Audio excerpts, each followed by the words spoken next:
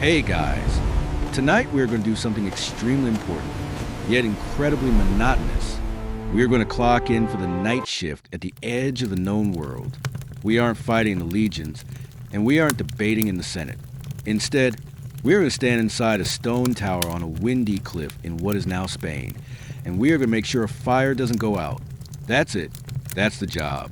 It's the Roman Empire's version of keeping your laptop screen from going to sleep, but with more heavy lifting and a much higher chance of falling to your death. So, before you get comfortable, take a moment to like the video and subscribe, but only if you genuinely enjoy what I do here. It helps the channel, and it might just help guide a lost ship to safety. Also, I'd love to know where you are watching from tonight. Drop a comment down below with your city and the current time. I always like imagining these stories drifting out to different corners of the globe. Now, dim the lights. Maybe turn on a fan for that soft background and let's ease into tonight's journey together. You are standing on a rocky promontory in Brigantium, traditionally known as the Ferrum Brigantium. It is the 2nd century AD. The sun has just dipped below the Atlantic Ocean, painting the sky in bruises of purple and charcoal. You are a vigil, a watchman, or perhaps a public slave owned by the municipality. The wind here is constant. It pulls at your heavy wool tunic, a reminder that you are standing on the very fingernail of the Roman Empire. Behind you lies the town, warm with hearth fires and the smell of roasting pork. Ahead of you stands a tower. It is a beast of a building, rising nearly 50 meters into the darkening sky. It doesn't look like the slender red and white striped lighthouses of modern postcards. It looks like a fortress. It is squat, square, and wrapped in a spiraling ramp that hugs the exterior like a stone snake. You adjust the leather strap on your shoulder. You are carrying a heavy sack of kindling. The walk to the tower is lonely. The causeway is slick with sea spray. To your left and right, the ocean churns, black and indifferent. The lighthouse you are walking towards is known today as the Tower of Hercules. It is the only Roman lighthouse that is still standing and functioning today. It was modeled after the legendary Pharos of Alexandria, one of the 7 wonders of the world. You are essentially walking into a budget version of a wonder. As you reach the base of the tower, you place your hand on the cold stone. It feels solid, eternal. The core is built of Roman concrete. Interestingly, the Romans use a specific type of volcanic ash called pozzolana. When mixed with lime and seawater, it actually gets stronger over time, causing a chemical reaction that creates a mineral called tobermarite. Modern concrete tends to degrade after 50 or 100 years. The wall you are touching right now is practically getting stronger the longer it stands. You are leaning against a chemical miracle. You push the heavy oak door open. The sound of the wind is instantly cut off, replaced by the hushed, hollow silence of the interior. It smells of old soot, unwashed bodies, and stale olive oil. You are inside the machine. Your shift has begun. You are standing at the bottom of the tower, looking up into the gloom. Unlike a modern lighthouse, which usually has a terrifyingly narrow spiral staircase in the center, this Roman structure is designed differently. You aren't going to climb stairs. You're going to walk up a ramp. This is the genius of the architecture. The tower is essentially a square building with a hollow core, but wrapping around the central chambers is a gentle, sloping stone path. It rises slowly, turning corner after corner. It was designed this way for a very practical reason. You are not a mule. Well, legally you might be close to one if you're a slave, but biologically you can't carry 200 pounds of firewood up a ladder. You begin the ascent. The ramp is wide enough for a small cart or a donkey. You hear the clicking of hooves ahead of you. A donkey named Felix is trudging up the slope, laden with baskets of fuel. You fall into step behind him. The rhythm of the climb is hypnotic. Step, scrape. Step, scrape. The walls here are thick, blocking out the sound of the Atlantic. The only light comes from small slit windows cut into masonry every few meters, allowing slivers of moonlight to fall across the dusty floor. You walk through patches of light and long stretches of shadow. Roman engineering was obsessed with the concept of the cochlea, or snail shell. They used a spiral design in everything from water pumps to these ramps. It allowed for the continuous vertical transport of heavy goods without the need for complex cranes at every level. You're walking inside a giant stone snail. You turn another corner. The air is getting warmer. You are getting closer to the top. The draft coming down the ramp carries the scent of wood smoke. It's a cozy smell, usually associated with home and cooking, but here it smells like work. It smells like the thing you have to feed. You pause at a window slit to catch your breath. You look out. The ground is far below now. The waves crashing against the rocks look like white ripples in black ink. You adjust your grip on the wood sack, grunt, and push off the wall. Felix the donkey brays a harsh, echoing sound in the stone corridor. You keep walking. Up and up. You finally emerge onto the top platform, the lantern. The wind hits you immediately, slapping your face with freezing moisture. It's a shock after the stuffy, sheltered climb. You are now standing on the roof of the world, roughly 50 meters above the sea. In the center of this platform is the reason for your existence, the fire basket. It's a massive iron cage, glowing with a bed of coals from a previous shift. Your job is to turn those coals into a beacon that can be seen for 30 miles. You drop your bundle of wood, but you don't just toss logs on. Lighting a lighthouse is a chemistry experiment. If the fire burns too fast, you run out of fuel by 2 in the morning. If it burns too smoky, it obscures the light. You need a clean, bright, enduring burn. You reach for a jar of pitch. This is a sticky black resin derived from pine trees. It is highly flammable and waterproof. You use a ladle to smear it onto the logs. It smells sharp like turpentine and forest floor. This is the accelerant. Then you add the secret ingredient of the Roman night watch, a merca. This is the watery, bitter sludge left over after pressing olives for oil. It's usually a waste product, but here, dried cakes of olive pressings make for excellent, slow-burning fuel. It's basically an industrial eco-brick. You arrange the wood in a crosshatch structure to allow airflow. You throw a torch in. The pitch catches with a whoosh. The orange light explodes outward, illuminating the stone columns around you. The heat is intense. You have to step back, shielding your face with your arm. The fire settles into a roar. It sounds like a living thing, breathing and snapping. You can feel the warmth on your chest, but your back is freezing. This is the thermal duality of the Keeper. You're always too hot and too cold at the same time. You grab a long iron poker and prod the logs. Sparks fly up into the night, swirling away to die in the ocean. You are the Keeper of the sun at night. But fire alone isn't enough. A fire radiates light in all directions. Up, down, left, right. That's inefficient. You need to focus it. You need to take all that chaotic energy and punch a hole through the darkness. You turn your attention to the most expensive object in the entire tower, the mirror. It stands behind the fire basket, a massive, concave disc made of polished bronze. It is heavy, likely weighing hundreds of pounds. It isn't a glass mirror like you have in your bathroom. It is a slab of metal, hammered and sanded to a shine so perfect you can see the pores in your own nose when you look at it. Your job now is maintenance. The salty air is the enemy of bronze. It wants to turn your beautiful golden mirror into a dull, green piece of junk. You pick up a rag soaked in oil and a fine pumice powder. You begin to buff, rub, wipe, rub, wipe. It is a circular, meditative motion. The Romans understood the geometry of parabolic reflectors.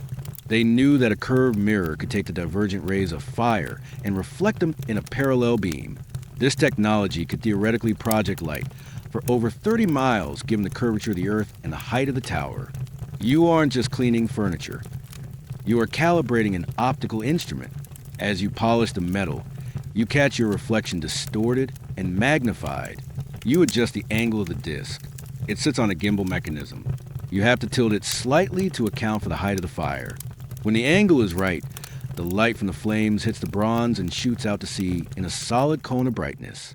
It cuts through the mist like a physical object. The heat radiating off the mirror is intense. It reflects the infrared as well as the visible light. You are standing in the focal point of a heat ray. You step aside quickly. You step away from the searing heat of the mirror and walk to the parapet, the stone wall that prevents you from plummeting into the jagged rocks below. You need to cool down, but as you lean against the masonry, you notice the enemy. The enemy is not a barbarian horde. It is not a rival empire. It is the salt. You run your hand along the stone. It feels gritty and damp. This is salt spray carried by the wind. It looks harmless, like fine dust, but to a building it is a slow-motion acid. You are witnessing the salt crystallization cycle. The salt water seeps into the pores of the Roman concrete. When the heat from the fire dries it, the water evaporates, leaving the salt crystals behind. These crystals expand inside the stone, creating microscopic cracks. Over years, these cracks grow. The tower is literally eating itself. Your job involves sounding to the stone. You take a small hammer from your belt and tap the walls. Tink, tink, thud. Thud is bad. Thud means there is a hollow space behind the surface. A void. You find a spot where the mortar has crumbled away, exposing the joint. You grab a bucket of prepared mortar and a trowel. You slap the gray paste into the gap. Interestingly, to seal cracks in masonry, Romans sometimes use a mixture that included ox blood. The proteins in the blood acted as a binding agent, making the mortar more resistant to the salt. So, if you are patching a crack tonight, you might be mixing lime, sand, and a bucket of animal blood. It's Gothic home repair. The wind gusts, throwing a spray of mist over the wall. You taste the salt on your lips. It's relentless. You realize that this tower is in a permanent state of war with the Atlantic Ocean. The ocean always wins eventually, but your job with the trowel and the hammer is to delay the inevitable for just one more night. The maintenance is done. The fire is lit. The mirror is polished. The cracks are filled. Now, the adrenaline of the initial work fades, and you are left with a silence. You sit down on a wooden stool near the fire. You're entering the void hours. It is roughly midnight. You are experiencing a very specific type of Roman loneliness. You are surrounded by the empire, the logistics, the ships, the technology, but you are the only human being awake in the sky. You look at your hands. They are stained black with pitch and gray with mortar. You try to keep your mind occupied. You start to count. Not sheep, but waves. 1, 2, 3, crash. 1, 2, 3, crash. Romans didn't have a concept of hours like we do. Their hours change length depending on the season. Tonight, in a damp Atlantic autumn, the hours are stretching out. You might engage in a game of knuckle bones, tossing sheep ankle bones, and trying to catch them on the back of your hand. Archaeologists find these bones everywhere in Roman guard posts. They are the fidget spinners of antiquity. You toss a bone. You catch it. You miss. You sigh. You start talking to the fire. Hungry? You ask it. You throw another log on. The fire snaps back. It's a conversation. You hear a strange noise. A screech. You jump up, hand on your knife. It's a seabird, a gull or a cormorant, attracted by the light, has flown into the tower and hit the stone. It flops on the floor stunned. You stare at the bird. It stares at you. Get out, you whisper. It shakes its head and flies back out into the dark. You envy the bird. You check the mirror again. No smudge. You check the fire. Still burning. You are fighting the hardest battle tonight. The battle against your own boredom. Your stomach growls, a sound loud enough to rival the crackling fire. It is time for the midnight meal. You pull a small linen bundle from your belt pouch. You aren't expecting a banquet. You are expecting fuel. You unwrap a chunk of bread. It is soldier's bread, hard, dense, and slightly gritty. You have to dunk it to eat it without breaking a tooth. You dunk it into a small clay cup filled with Posca. This is the Gatorade of the Roman army. It is a mixture of water and cheap vinegar. It sounds gross to modern palates, but it is actually refreshing. The vinegar kills bacteria in the water and provides vitamin C. It tastes sour and sharp. It wakes you up. But the star of the meal is the flask of garum. Garum was the ketchup of Rome. It was everywhere. It was made by fermenting fish guts in salt for months until it turned into a clear, amber liquid. It was pure umami. You pour a splash of the fish sauce onto your hard bread. The smell hits you, it's pungent, fishy, and cheesy. It masks the stale taste of the flour. To you, this is the taste of civilization. Barbarians eat butter. Romans eat fish sauce. You chew slowly. The warmth of the fire makes the meal cozy. You look at the garlic clove you brought. You bite into it raw. Garlic is for strength. It keeps the cold out. You finish the bread. You wipe the crumbs from your lap so the rats don't come. You take a swig of the vinegar water. It settles heavily in your stomach. Dining in the tower is functional. It's about calories in, energy out. You feel a bit better. The hunger pangs are gone, replaced by the salty aftertaste of fermented fish. You are ready to face the wind again. You stand up from your meal and walk to the edge of the parapet again. You aren't just looking at the dark. You are listening. You are trying to read the invisible. As a lighthouse keeper, you are also the local weatherman. But you don't have a barometer or a satellite. You have your ears and your skin. You listen to the surf. Boom, hiss. The interval is short. The waves are hitting the rocks with a high frequency. This tells you the swell is building. You listen to the tone. It's a deep bass thrum.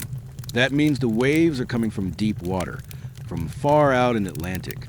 Deep thrum means a storm is coming from the west. Even if the sky above you is clear, you lick your finger and hold it up. The wind is coming from the northwest. Chorus. In Roman meteorology, winds had personalities. Chorus is a nasty piece of work. It brings the severe Atlantic storms. You glance at the massive fire. It is sputtering slightly. The smoke is swirling down instead of up. A modern scientist would say this is atmospheric pressure. You simply say, the gods are agitated. You wrap your cloak tighter. The temperature is dropping. The dampness is increasing. The signs are all there. Chorus is bringing a gale. You grab the shovel. You need to bank the fire higher. If the storm hits, the rain will try to drown your light. You have to build a heat core so hot that the rain evaporates before it touches the wood. You are preparing for a battle with the sky. The wind is picking up, whistling through the stone columns of the lantern room. You have banked the fire, but now you need to secure the spiritual defenses. You turn toward a small niche carved into the central pillar of the tower. Inside sits a small, rough statuette made of terracotta. It is Isis Feria. You might expect a Roman keeper to worship Neptune or Jupiter, but in the lighthouse business, Isis is the CEO. Originally an Egyptian goddess, she was rebranded by the Greeks and Romans as the patron of navigation and the inventor of the sail. The great lighthouse of Alexandria was dedicated to the savior gods, but Isis became the face of the brand. You light a small stick of incense and place it before her. Keep the flame dry. You mutter, keep the roof on. The Roman Empire was a religious sponge. They absorbed gods from everywhere. By the 2nd century, the cult of Isis was huge. You aren't just praying to a state abstraction. You are praying to a mother figure who supposedly put her own husband back together. She knows how to fix broken things. Sailors believed that the lighthouse itself was a sacred object, almost an altar. The beam of light was seen as a manifestation of divine fire. Walking in front of the beam and casting a shadow on the sea was considered bad luck. It was like blocking the gaze of a god. You are careful to duck when you pass the mirror. You don't want to throw your shadow onto a ship and curse it. You touch the feet of the statue. They are worn smooth by thousands of touches. You feel a moment of connection. You are part of a priesthood of the light. The wind is now howling, a constant scream that vibrates the teeth in your skull. You check the fuel pile. It's getting low. The fire is hungry, consuming wood faster due to the draft. You need to bring up the heavy logs. Not the small kindling you carried in a sack, but the big, slow-burning trunks of oak. You cannot carry these. They weigh as much as a man. You walk to the edge of the platform where a wooden frame hangs over the central void. This is a polyspaston, the crane. It is a marvel of Roman engineering, a system of pulleys, ropes, and a winch. By using a block and tackle system with 3 pulleys, a single man can lift 3 times his own weight. You grab the winch handle. It is slick with grease. You look down, far below. At the base of the tower, the donkey driver has hooked a net of logs to the rope. He signals with a torch. You start to crank. Creak, click, creak, click. The sound of the ratchet is reassuring. It's the sound of mechanical advantage beating gravity. The rope creates a singing noise in the wind. The ropes were often made of esparto grass from Spain, which was resistant to rot. But to keep them supple, they were treated with tar. Your hands are now sticky with tar. But here's the danger. If the rope snaps under the tension, it whips back with enough force to cut a man in half. You respect the rope. You listen to the fibers. You watch the net of logs rise out of the dark, swaying in the wind. It bumps against a stone wall. Thud. You have to be careful. If it swings too hard and hits the masonry, it could dislodge a stone or break the load. You have to time your cranking with the sway of the wind. It is a dance with a pendulum. The logs reach the lip of the platform. You engage the brake. You use a hook to drag the net inward. You release the tension. The logs roll out onto the stone floor with a heavy, satisfying rumble. You are panting. Your heart is hammering. But you have fuel. The fire is fed, but now you face the consequences of combustion. Smoke. Usually, the smoke rises through the vent in the roof and drifts away, but the wind is playing tricks. A downdraft forces a cloud of thick, acrid smoke back into the lantern room. You start coughing. Your eyes water. The vent is clogged. Soot is built up on the exhaust louvers. It's a mixture of unburnt carbon and sticky pitch residue. If you don't clean it, the airflow will choke, the fire will dim, and you will asphyxiate. You grab a long-handled scraper, basically a hoe on a stick. You have to climb up a small ladder to reach the vent. This is the chimney sweep portion of the evening. You scrape at the stone. Black flakes rain down on you. They cover your face, your tunic, your arms. You look like a shadow. Interestingly, the Romans collected soot. It wasn't just waste, it was a product. Painters use it to make ink, and doctors even use it for eye infections. You are technically harvesting a valuable resource, though you mostly just feel dirty. As you scrape, you are inhaling particulates. Lighthouse keepers likely suffer from chronic bronchitis. You tie a rag around your face, a primitive mask soaked in vinegar. It helps a little. You clear the blockage. The smoke suddenly rushes upward, sucked out by the vacuum effect of the wind. The air in the room clears. The fire brightens, breathing freely again. You climb down the ladder. You are covered in black dust. You take a drink of water to wash the grit from your throat. The job is dirty, but the light is clear. The trade-off is accepted. The vent is clear, the fire is stable, and the smoke is behaving. You retreat to the sheltered side of the platform, away from the wind but within sight of the flame. You lean your head back against the stone pillar. You close your eyes. When you cut off your vision, your hearing takes over, and the tower gets weird. You are standing inside a giant stone amplifier. The wind hitting the corners of the square tower creates a low-frequency hum, a resonance frequency. Thrum. It vibrates in your chest. Then there's the sea below. Crash, drag, crash, drag. The sound of the water dragging the stones on the beach sounds like thousands of marbles rolling on a table. This is the acoustic hallucination phase of the night. The rhythmic noise starts to sound like voices. The Romans called this the vox maris, the voice of the sea. You hear your name whispered. Marcus, Marcus. You open your eyes. No one is there, just the fire. It's a trick of the brain, trying to find patterns in white noise. The wind whistling through the soot vents sounds exactly like a woman wailing. It is a sound of Dido weeping for Aeneas. You tap your foot to the rhythm of the waves. It is hypnotic. You feel the building sway. Yes, sway. Tall stone structures have to have a little flex, or they snap. The movement is microscopic, but if you press your back against a wall, you can feel the tower shudder when a big gust hits.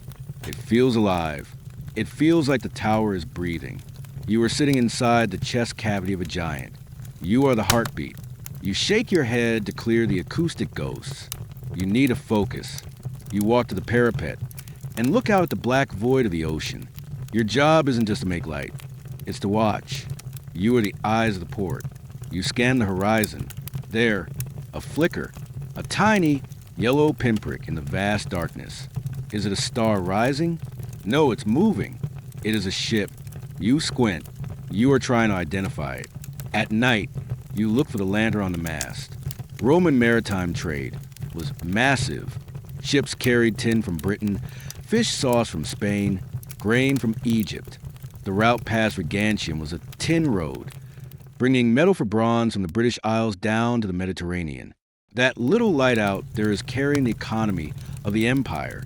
There were stories of false lighthouses, bandits who would light fires on cliffs to lure ships onto the rocks to loot the wreckage. The captain out there is staring at your light, praying you are the real Tower Hercules and not a trap. Your steady, bright beam, focused by the mirror, tells him, "This is official. This is Rome. You are safe." You watch the light tacking against the wind. It is struggling. The storm you predicted earlier is ruffling the edges of the sea. You feel a surge of protectiveness. You throw an extra scoop of olive sludge on the fire. You want it to flare up. You want to yell, "I am here." Keep left. The ship passes the danger point. The little light moves safely past the jagged rocks of the headland and turns toward the sheltered harbor of Corunna. You let out a breath you didn't know you were holding. You save them. They will never know your name. But you know, you are the silent partner in their survival. The night has been long. Your muscles ache. Your eyes are gritty with smoke, and your skin feels like cured leather. But the quality of the darkness is changing. The black is turning to gray. The gray is turning to a bruised purple in the east. Dawn is coming. This is the twilight transition. The fire is still roaring, but its power is fading. As the sun rises, the lighthouse beam becomes invisible. It loses its contrast. You are watching the transfer of power from the artificial sun to the real sun. You begin the shutdown procedure. You stop adding logs. You don't want to waste good wood on daylight. The roar quiets to a crackle. The blinding white light of the mirror fades to a dull orange reflection. The town below is waking up. You see wisps of smoke rising from the bakery chimneys in Brigantium. The noise of the world is returning. What do you do with a massive pile of wood ash left over? You don't throw it away. Ash is rich in potash. It is a cleaning agent and a fertilizer. You grab a shovel and start scraping the cooled edges of the fire basket. You will trade the ash later. You watch the sun breach the horizon. The ocean turns from black menace to sparkling blue beauty. The terror of the night evaporates. The salt spray just looks like mist now. The mirror, stripped of its fire, is just a piece of metal again. You cover the mirror with a heavy canvas cloth. Why? To protect it from the salt air, and also because if the sun hits that parabolic mirror just right, it can focus a beam onto the wooden platform and set the lighthouse on fire. You don't want to burn down your own office. You secure the cloth. The eye is closed. The fire is dead. The coals are banked in ash. The mirror is covered. The sun is up. Your shift is over. You pick up your empty water flask and your empty food cloth. You take one last look at the horizon. The sea is calm. No shipwrecks. It was a good night. You walk to the ramp. The walk down is easier on the lungs, but harder on the knees. You feel the gravity pulling you back to earth. You pass the donkey, Felix, who is already being loaded for the next shift. You pat his nose. "Good luck," you whisper as you descend the spiral. The air gets cooler, damper, and smells of the earth again. You exit the heavy oak door at the base. The wind is still blowing, but it feels different in the sunlight. It feels bracing, not threatening.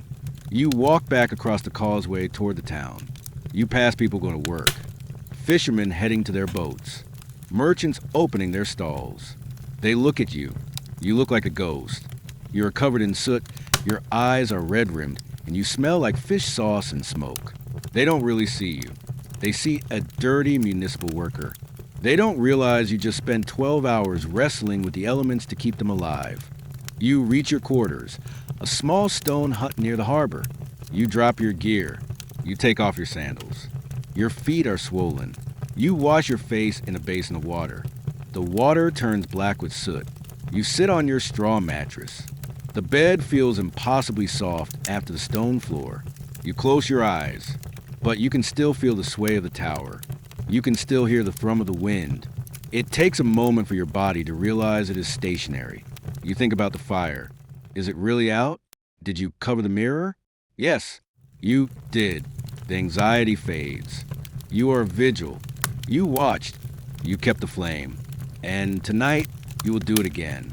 But for now, the sun is someone else's problem. You pull the wool blanket over your head. The sound of the Roman Empire, the carts, the shouting, the hammers, fade into a dull buzz. You drift away. The sun is climbing higher over the town of Brigantium, but you are descending into the quiet, cool, dark of sleep. The stone walls of your room block out the bright morning light, creating a soft, gray sanctuary. The heavy wool blanket feels weighted and protective, settling over your tired muscles like a shield. Imagine the tension leaving your shoulders, unspooling like the rope from the great crane. The ache in your legs begins to dissolve, replaced by a heavy, warm relaxation. You are safe. You are on solid ground. Listen to the distant, rhythmic sound of the ocean. It is no longer a threat. It is a lullaby. Whoosh, hush, whoosh, hush. It matches the slow, steady rhythm of your breathing.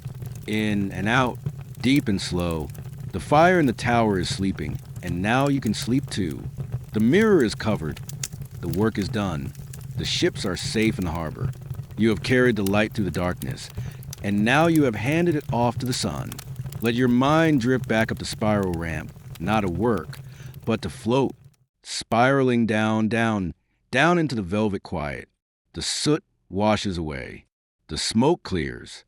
There is only the comfort of the rest you have earned. Drift now. The watch is ended. The light is yours to keep in your dreams. The end. Good night.